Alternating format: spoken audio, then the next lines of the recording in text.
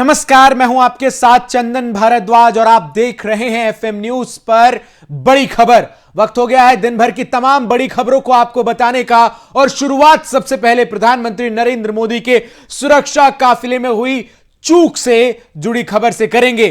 पंजाब दौरे पर पीएम मोदी की सुरक्षा में लापरवाही पर राष्ट्रपति रामनाथ कोविंद ने भी चिंता व्यक्त की है। इस मामले को लेकर पीएम मोदी ने राष्ट्रपति कोविंद से मुलाकात की। वहीं उपराष्ट्रपति एम वेंकैया नायडू ने भी इस मामले पर पीएम मोदी से बात की है।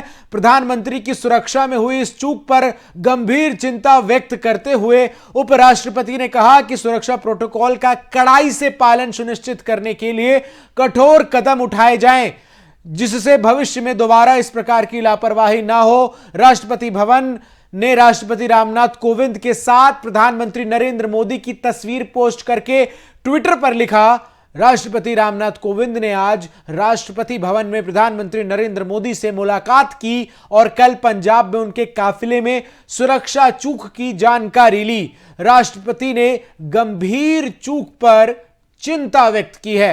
तो प्रधानमंत्री नरेंद्र मोदी अब से कुछ देर पहले पहुंचे राष्ट्रपति भवन, जहां उनके काफिले में हुई सुरक्षा चूक के मामले में देश के राष्ट्रपति रामनाथ कोविंद ने उनसे मुलाकात कर उनका हालचाल जाना।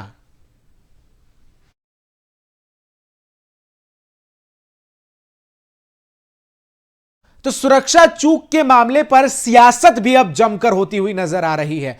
छत्तीसगढ़ के मुख्यमंत्री भूपेश बघेल ने पीएम पर बड़ा आरोप लगाया। पीएम पंजाब में सुरक्षा के बहाने राजनीति कर रहे हैं, ऐसा कहना है छत्तीसगढ़ के मुख्यमंत्री भूपेश बघेल का।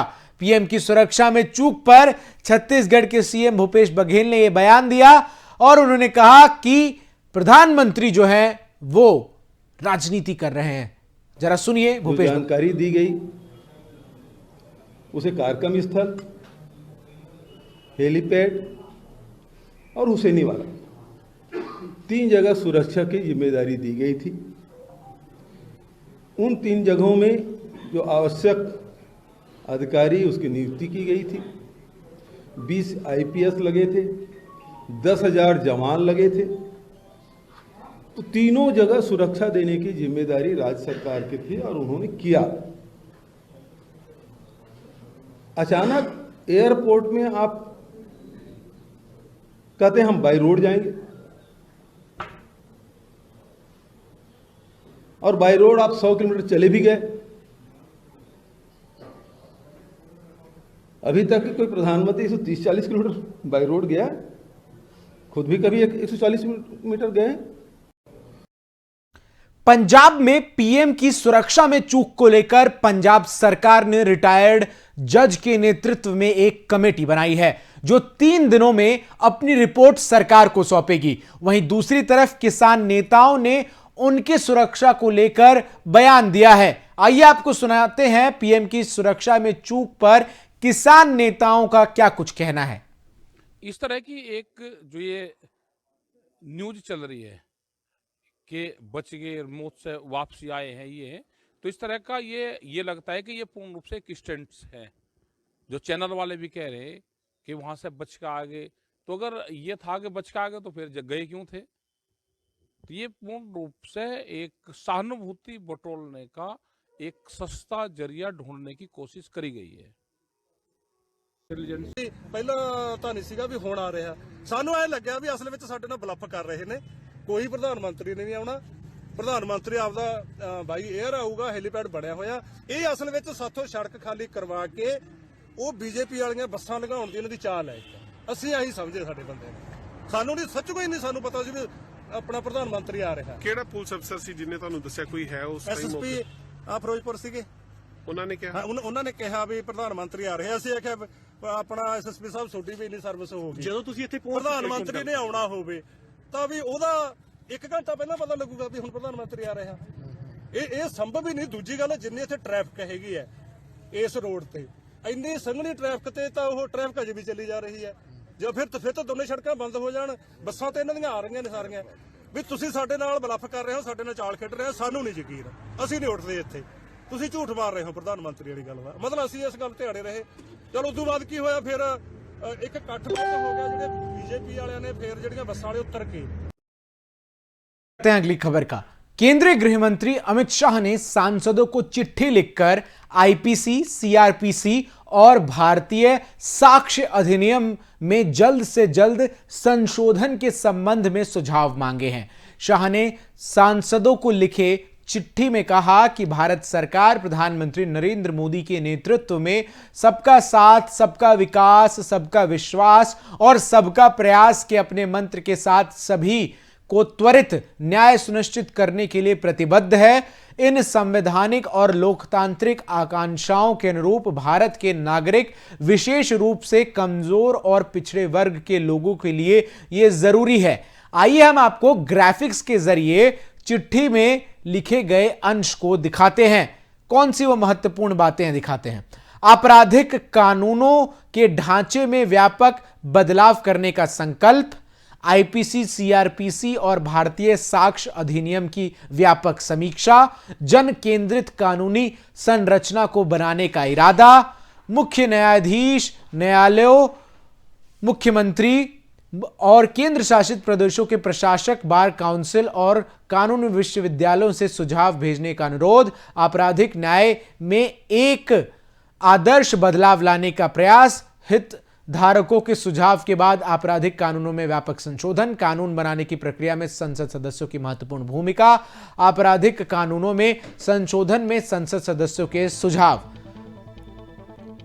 आपको बता दें कि आईपीसी ये एक व्यापक कानून है जो भारत में आपराधिक कानून के वास्तविक पहलुओं को शामिल करता है। यह अपराधों और उनमें से प्रत्येक के लिए सजा और जुर्माने का प्रावधान करता है। आईपीसी में कुल 511 धाराएं और 223 अध्याय होते हैं। सीआरपीसी ये दंड प्रक्रिया संहिता का संक्षिप्त नाम है। इसमें एक प्रक्रिया पीड़ित के संबंध में और दूसरी आरोपी के संबंध में होती है। भारतीय साक्ष्य अधिनियम ये कानून मूल रूप से 1872 में ब्रिटिश संसद द्वारा पारित किया गया था। भारतीय साक्ष्य अधिनियम में 11 अध्याय और 167 धाराएं हैं। ये 3 भागों में विभक्त हैं। इस अधिनियम ने बनने के बाद से 125 से अधिक वर्षों की अवधि के दौरान समय समय पर कुछ संशोधन को छोड़कर अपने मूल रूप को बरकरार रखा।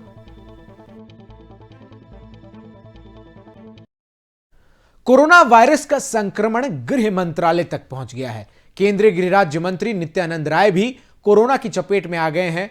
उनकी कोरोना रिपोर्ट पॉजिटिव आई है। आपको बता दें कि देश में लगातार कोरोना संक्रमण के मामले बढ़ते हुए नजर आ रहे हैं। बीते 24 घंटे में देश भर में 90,928 नए मामले सामने आए हैं।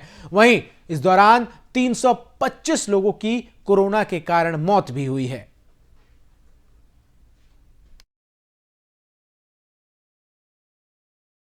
दिल्ली के स्वास्थ्य मंत्री सत्येंद्र जैन ने बड़ा दावा किया है। सत्येंद्र जैन ने कोरोना को लेकर प्रेस कॉन्फ्रेंस की। स्वास्थ्य मंत्री का दावा है कि दिल्ली में कोरोना के आज 14,000 मामले आ सकते हैं। इसके साथ ही उन्होंने जानकारी दी कि दिल्ली में ओमिक्रॉन के मामले बढ़ रहे हैं, लेकिन ओमिक्रॉन से राजधानी में एक भी मौत नहीं हुई है। आपको बता दें कि पिछले 15 दिनों में कोरोना संक्रमण के करीब 100 गुना मामलों की बढ़ोतरी दिल्ली में दर्ज की गई है। संक्रमण दर में भी 20 दिसंबर 2021 से 5 जनवरी 2022 के बीच करीब 50 गुना की बढ़ोतरी हो चुकी है। पिछले साल 16 मई को इससे पहले दिल्ली में कोरोना के 6,456 मामलों के साथ संक्रमण दर 10.4% था। वहीं सक्रिय मामलों की संख्या बढ़ने की वजह से देश के सबसे अधिक प्रभावित राज्यों में अब दिल्ली भी शामिल हो चुकी है। बुधवार को केंद्रीय स्वास्थ्य मंत्रालय ने इसकी पुष्टि भी की है। स्वास्थ्य मंत्रालय ने यह भी कहा कि दिल्ली में अभी 11 जिलों में हालात लगभग एक जैसे हैं, लेकिन यहां 6 जिले में स्थिति सबसे अधिक गंभीर है। उत्तर पश्चिम और दक्षिण दिल्ली जिले में कोरोना की साप्ताहिक संक्रमण दर सबसे अधिक पहुंच चुकी है। तो वहीं दिल्ली के स्वास्थ्य मंत्री सत्येंद्र जैन का क्या कुछ कहना है, आइए आपको सुनवाते हैं। दिल्ली में जो डेथ हो रही है कि आप लोग, क्योंकि हॉस्पिटल के जो डेटा है वो तो अभी जीनोम सीक्वेंसिंग के लिए आप भेज ही रहे हैं, तो उनकी कोई ऐसी रिपोर्ट आई हो जो डेथ के केसेज हो रहे हैं उनमें कोई? मैंने अभी यही बताया कि जो कल अभी तक जितनी डेथ दिल्ली में हुई है उसमें से ओमिक्रॉन की एक भी डेथ कंफर्म नहीं हुई है। Are we looking at a lockdown, sir? Because a lot of people on the ground, everybody every day is asking that one question. मैं फिर से क्लियर कर देता हूँ। देखो, पिछली वेव में और इस वेव में बहुत बड़ा डिफरेंस है। पिछली वेव में जब 10,000 केसेस रोज आ रहे थे तो उस टाइम पे 10,000 केसेस में से 1,500 से 2,000 लोग एडमिट हो रहे थे। आज उसका 5वां हिस्सा भी एडमिट नहीं हो रहे हैं। जब हमारे 30,000 एक्टिव केस थे तो उस टाइम पे 6-7 हज़ार 8,000 बेड ऑक्यूपाइड थे, इस टाइम पे 1,000 बेड भी नहीं है। तो bed occupancy is very less, severity is very less पिछली बारी के मुकाबले में। दिल्ली ने देश की राजधानी होते हुए सबसे पहले सबसे ज़्यादा रेस्ट्रिक्शंस ऑलरेडी लगा दी हैं। सारे बैंकेट हॉल बंद हैं, सारे एजुकेशन इंस्टीट्यूशन बंद हैं, जिम बंद हैं, जितनी भी दुकानें हैं अल्टरनेट खुल रही हैं, मॉल अल्टरनेट खुल रहे हैं। तो बहुत सारे रेस्ट्रिक्शंस ऑलरेडी लगा दिए हैं क्योंकि बेड ऑक्यूपेंसी अभी बहुत ही कंफर्टेबल है। तो अभी लगता नहीं है कि लॉकडाउन की ज़रूरत है। वैसे भी एहतियात के तौर पर कल शाम से 3 दिन के लिए, मतलब मंडे मॉर्निंग तक के लिए कर्फ्यू रहेगा पूरी दिल्ली में। और मुझे लगता है अभी इतने स्ट्रिंजेंट जितने एक्शन लिए गए दे आर सफिशिएंट। लेकिन जो संख्या बढ़ रही है, लोगों के मन में कहीं ना कहीं से डर उपज रहा है, क्योंकि जो पूरे भारत में जो केसेज आए 90,000 से ज़्यादा केस आए एक दिन में। दिल्ली में भी लगातार संख्या बढ़ती जा रही है। देखो, दिल्ली के अंदर सबसे पहले मैं बता दूं कि हम बिल्कुल ट्रांसपेरेंसी में विश्वास करते हैं। हम बहुत बड़ी संख्या के अंदर टेस्ट कर रहे हैं। कई सारे लोग टेस्ट नहीं कर रहे, वो कहते हैं हमारे यहाँ केस ही नहीं है।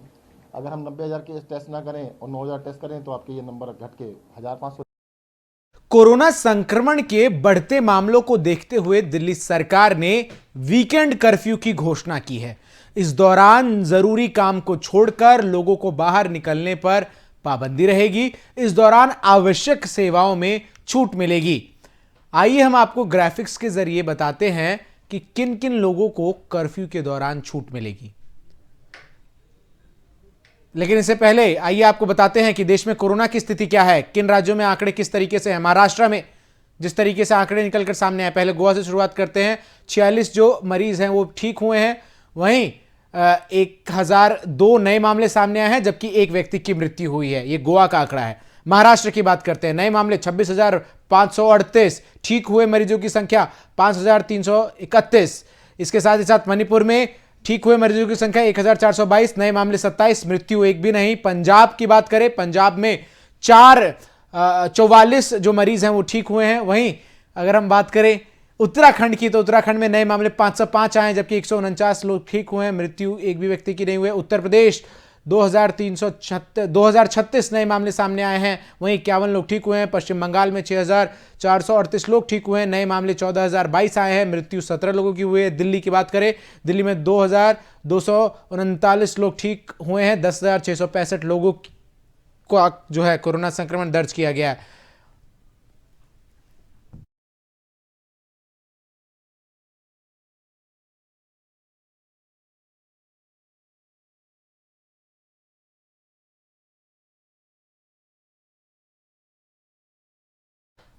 तो लगातार कोरोना संक्रमण के मामले बढ़ते हुए नजर आ रहे हैं। बढ़ते हुए कोरोना संक्रमण के मामलों के मद्देनजर तमाम तरीके की एडवाइजरी जो है वो जारी कर दी गई है। इसके साथ ही साथ दिल्ली मेट्रो ने भी एडवाइजरी जारी करते हुए कहा है कि वीकेंड कर्फ्यू में मेट्रो जो है वो 15 से 20 मिनट के अंतराल के साथ चलेगा। वहीं शादी समारोह में 20 लोगों को शामिल होने की अनुमति है। तो तमाम तरीके की प्रावधान जो है दिल्ली में कर्फ्यू को किस तरीके से छूट किस किस को रहेगी, सुप्रीम कोर्ट, हाई कोर्ट और डिस्ट्रिक्ट कोर्ट के तमाम लोगों को छूट रहेगी। स्टाफ मेंबर्स के साथ कोर्ट में सुनवाई के लिए जा रहे एडवोकेट्स को भी छूट मिलेगी। सभी देशों के डिप्लोमेट्स को भी वीकेंड कर्फ्यू में छूट है। इसके साथ ही साथ आपको बता दें कि doctor, nursing staff, paramedical staff को भी छूट जो है वो दी गई है वीकेंड कर्फ्यू में। इलेक्ट्रॉनिक और प्रिंट मीडिया के कर्मियों को छूट है, लेकिन वैलिड आई कार्ड दिखाना होगा इसके लिए। इसके साथ ही साथ गर्भवती महिलाओं और मरीजों के अटेंडेंट्स को भी छूट दी गई है। कोविड जांच या वैक्सीनेशन के लिए जाने पर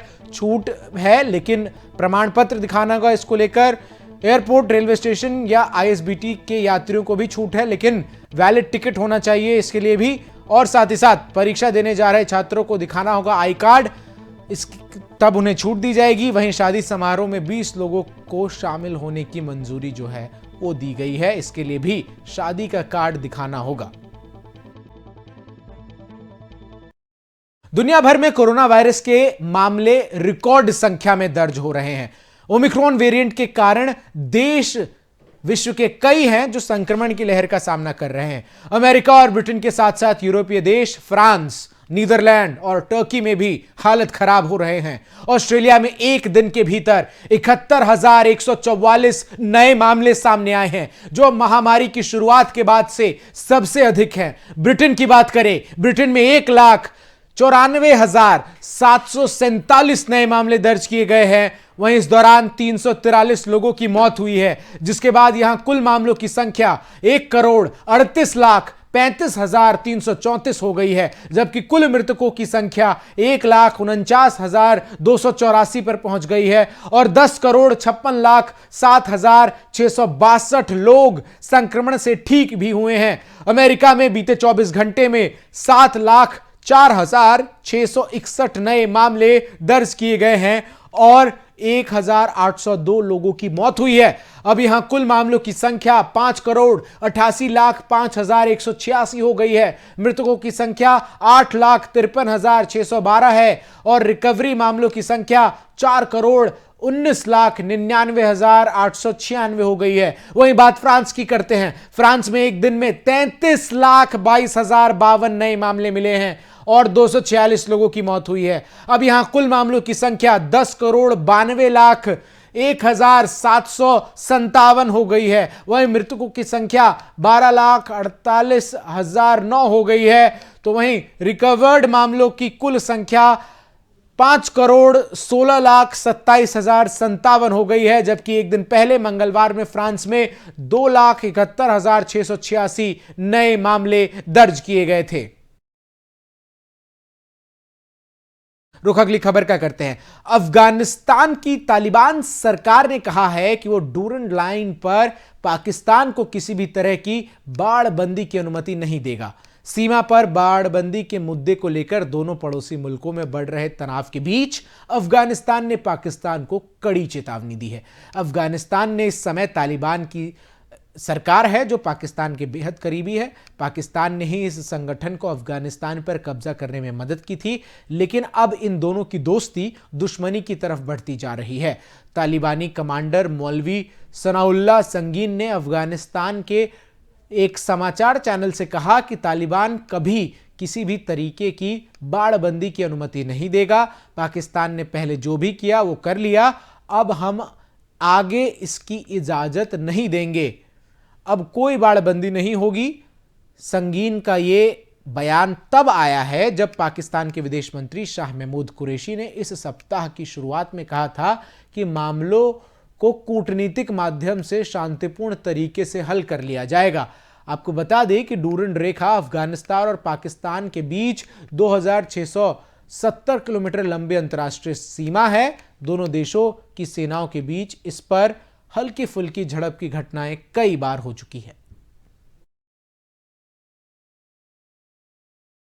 तो फिलहाल के लिए इस बुलेटिन में बस इतना ही। देश और दुनिया की सभी खबरों के लिए बने रहिए FM न्यूज के साथ।